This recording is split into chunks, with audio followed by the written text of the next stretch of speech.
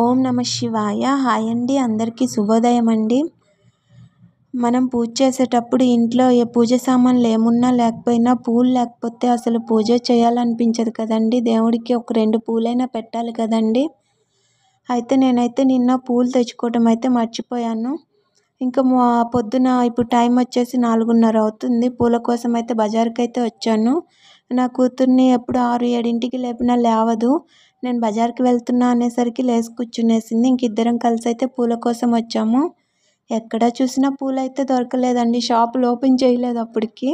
సరే ఇంకా గుడి వీధిలో అయితే కన్ఫామ్గా ఉంటాయి అనేసి గుడి వీధికి అయితే వచ్చేసాను.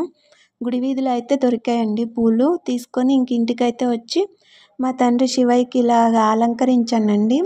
ఎంత ముద్దుగా ఉన్నాడో కదా శివయ్య. మీకు నచ్చినట్లయితే లైక్ చేయండి, షేర్ చేయండి, సబ్స్క్రైబ్ చేసుకోండి.